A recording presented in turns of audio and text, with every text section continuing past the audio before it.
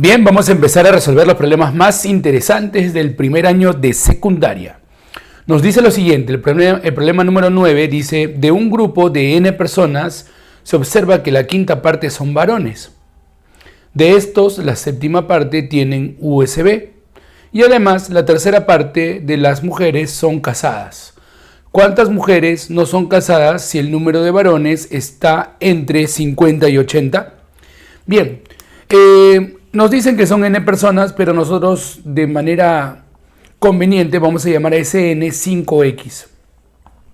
¿Y por qué? Porque de aquí nos comentan que la quinta parte son varones. Bien, entonces como la quinta parte son varones, aquí vamos a separar dos grupos, ¿no? Los varones, que la quinta parte sería x, y las mujeres, las damas, que sería el resto, ¿no? En este caso 4x. Perfecto. Ahora bien, nos dicen que de estos, o sea, se refieren a los varones, la séptima parte tienen USB. Y además, la tercera parte de las mujeres son casadas. Perfecto. Estos datos que nos dan, por ejemplo, cuando nos dicen que la séptima parte de los varones tienen USB, nos indican cuestiones de divisibilidad, ¿no? En este caso, X, debido a que los varones es una cantidad entera y necesitamos que la séptima parte tengan USB, quiere decir que X va a ser un múltiplo de 7, ¿no? Similar ocurre con las mujeres, ¿no? Las mujeres nos dicen que la tercera parte son casadas, entonces quiere decir que X también tiene que ser un múltiplo de 3. De acá se deduce que X tiene que ser un múltiplo de 21. ¿Y por qué? Por la sencilla razón de que el mínimo común múltiplo de 7 y 3 es 21.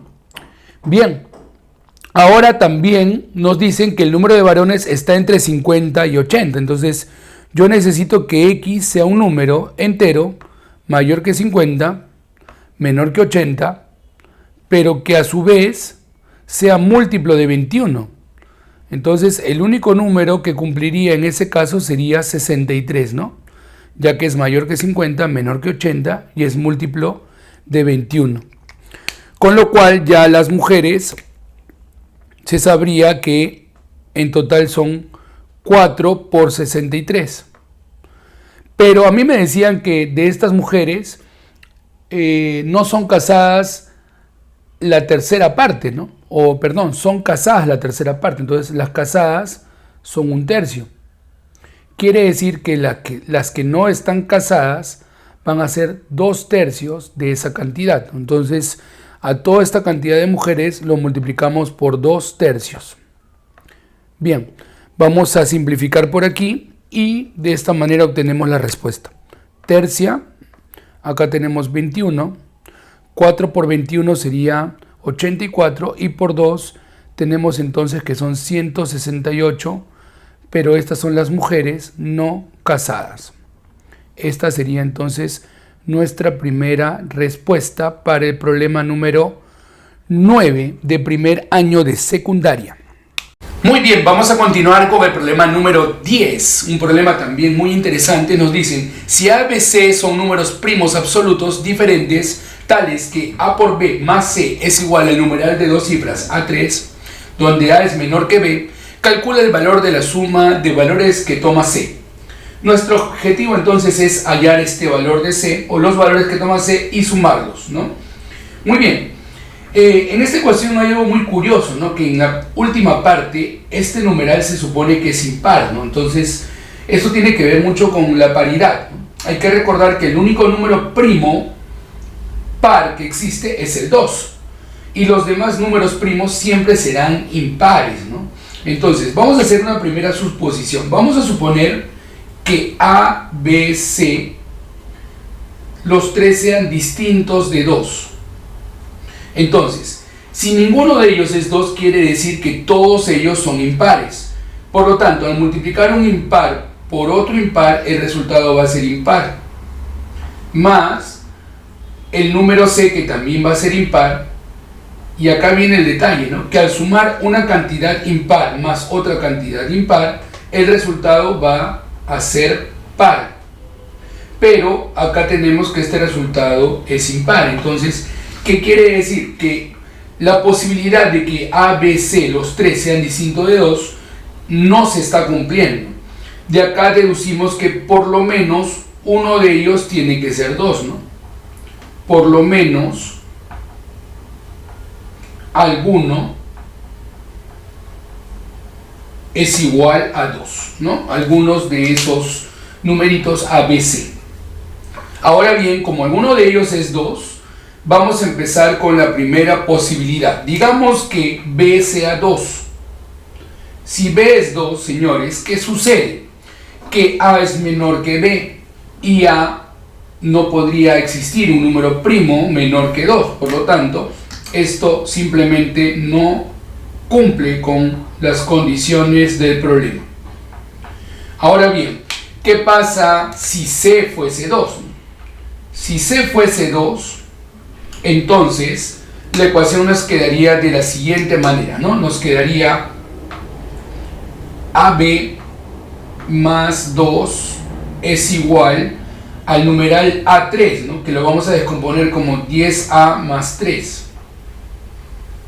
Bien, acá vamos a pasar el 10A con el AB, vamos a factorizar A, nos va a quedar B menos 10, y esto va a ser igual a la diferencia de 3 menos 2, que es 1, ¿no? Pero ven, aquí no podría haber dos números enteros que multiplicados me den 1, ¿no? Ya que son números primos. Entonces, en este caso, esta posibilidad también queda descartada. Entonces, esto no cumple tampoco. Como nosotros habíamos quedado que por lo menos alguno de esos números tiene que ser igual a 2, al descartar que B es 2 y C es 2, la única posibilidad que nos queda es que A sea igual a 2, ¿no? Entonces, vamos a hacer esa última posibilidad y con eso vamos a hallar los valores de C. Si A es 2, acá tendríamos 2B más C y por aquí tendríamos 23. Muy bien. Pero en este caso es una ecuación diofántica, ¿no? Y como ya hemos dicho que A es menor que B, entonces al ser A2 vamos a probar con valores primos que sean mayores que 2, ¿no? Si B, por ejemplo, es 3, 2 por 3 sería 6 y para llegar a 23 faltaría 17. Muy bien, probamos con otro número primo. Si B es 5, 2 por 5 sería 10 y para llegar a 23 nos faltaría 13. Ahora, ¿qué pasa si B es 7? 2 por 7 sería 14. 14 para llegar a 23 faltaría 9, pero C es un número primo y no podría ser 9, ¿no? Ahora, si B es 11, 2 por 11 es 22. Para llegar a 23 faltaría 1, y todos sabemos que 1 tampoco es un número primo, ¿no? Con eso entonces estaríamos descartando todas las posibilidades de números primos que cumplan con esta ecuación, ¿no? Por lo tanto, C solamente podría tomar dos valores, 17 y 13. Me piden la suma de esos valores, por lo cual la respuesta sería 30, ¿no? Entonces, esta es nuestra respuesta para este problema tan interesante de CONAMAT. Muy bien, vamos a pasar al problema 16, un problema muy importante, ¿no? Donde nos dicen que 1 menos x por f de x más 3 veces f de 1 menos x es igual a 2x más 1, donde x pertenece a los reales, ¿no? Y nos piden calcular f de x. Muy bien, perfecto. En este problema lo que vamos a hacer es un cambio de variable, ¿de acuerdo? Entonces vamos a hacer que la variable de x se cambia a 1 menos x, ¿no? De esa manera vamos a obtener otra ecuación y vamos a formar un sistema, ¿no? Entonces, a ver, vamos a ver cómo quedaría esta ecuación luego de hacer el cambio de variable. En este caso lo que nos va a quedar es, como x se va a cambiar a 1 menos x, esto justamente va a ser x, acá va a ser f de 1 menos x, acá va a ser 3f de x, estamos haciendo el cambio de variable, no olvidar. Y aquí, en lugar de x, vamos a colocar 1 menos x, ¿cierto? Entonces, al multiplicar 2 por 1 menos x, vamos a obtener 2 menos 2x. Y más el 1, vamos a obtener en total 3 menos 2x. Bien, bien, bien. Hemos formado entonces un sistema de ecuaciones donde nuestro objetivo es hallar f de x. Por lo tanto, lo que vamos a hacer es tratar de que estos términos, voy a señalarlos, vamos a tratar de que estos términos, el 3f de 1 menos x y el xf de 1 menos x se eliminen, ¿no? Y para eso vamos a hacer el método de reducción, ¿no? El método de reducción. A ver, veamos. Con el método de reducción, para homogeneizar estos términos, aquí vamos a multiplicarlo todo por x, ¿no? De esa manera vamos a tener 3x f de 1 menos x, ¿no? Y a esta ecuación de aquí la vamos a multiplicar por menos 3. Por menos 3, ¿ya? Entonces, vamos a hacer esas ecuaciones y vamos a ver qué obtenemos. Vamos a obtener entonces, haciendo distributiva, en la primera ecuación tenemos x menos x cuadrado por f de x, más, y acá tendríamos 3x por f de 1 menos x. Todo eso igual, acá también distribuimos, sería 2x al cuadrado más x. Lo hemos multiplicado todo por el factor x, ¿no?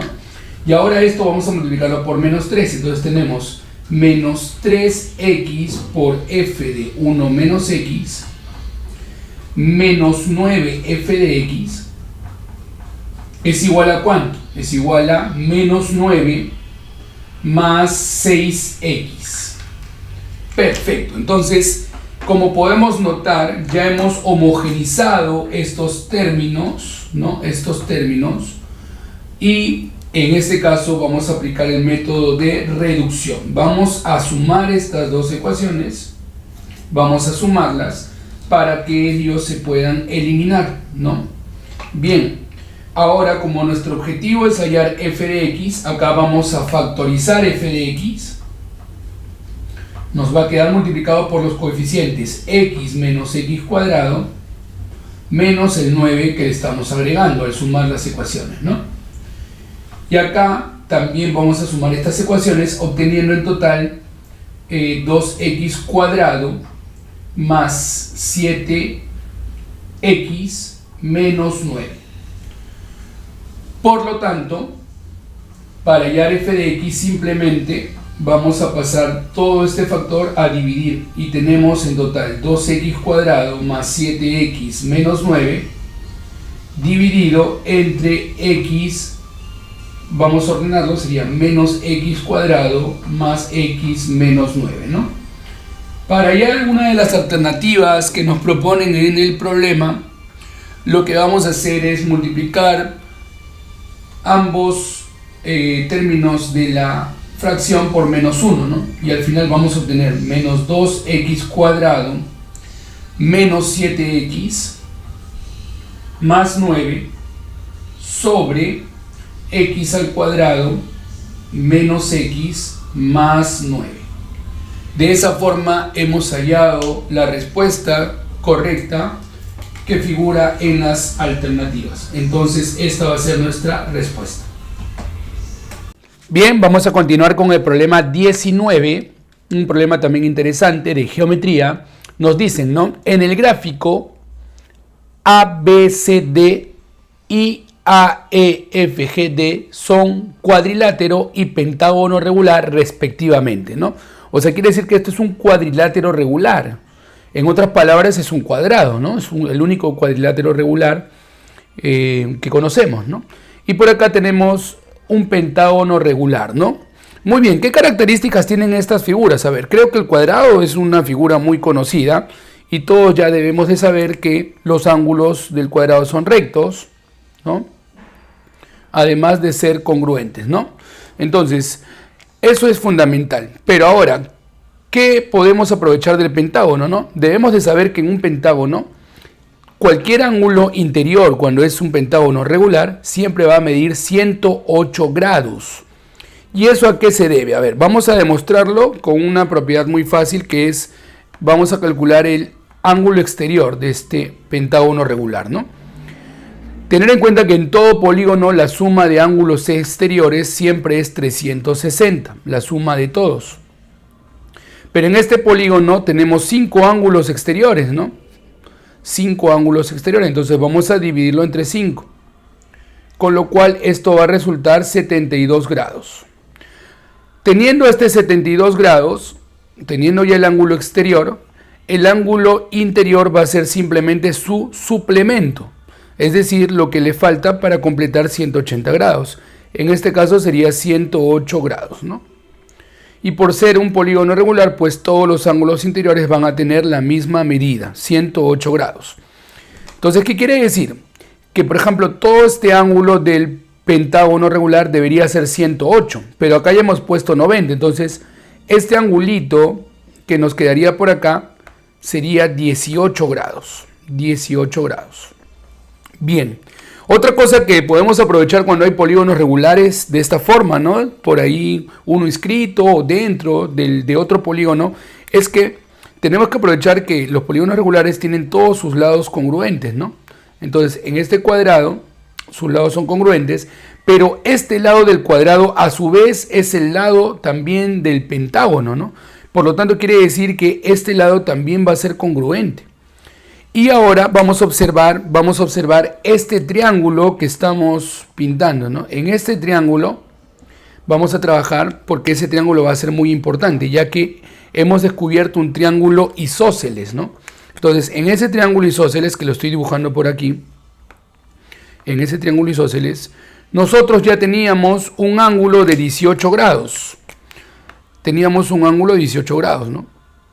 Pero al tener estos dos lados de igual medida, entonces los ángulos que están aquí también van a ser de igual medida, ¿no? Los ángulos opuestos. Ahora, de 18 para llegar a 180 nos falta 162 grados. Pero al ser iguales, vamos a dividirlo entre 2, obteniendo 81 grados para cada uno de estos ángulos. 81 por acá y 81 por acá, ¿no? De esa manera vamos a llegar a sumar 180 grados. Entonces, este angulito que estamos señalando, ya sabemos su medida, que sería 81 grados.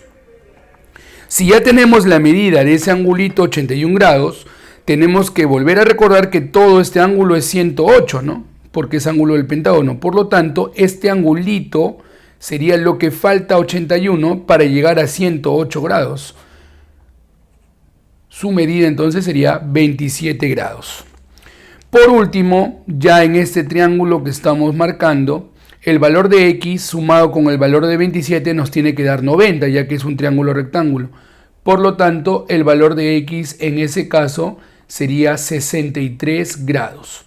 Y esta entonces sería nuestra respuesta para este bonito ejercicio de primer año de secundaria.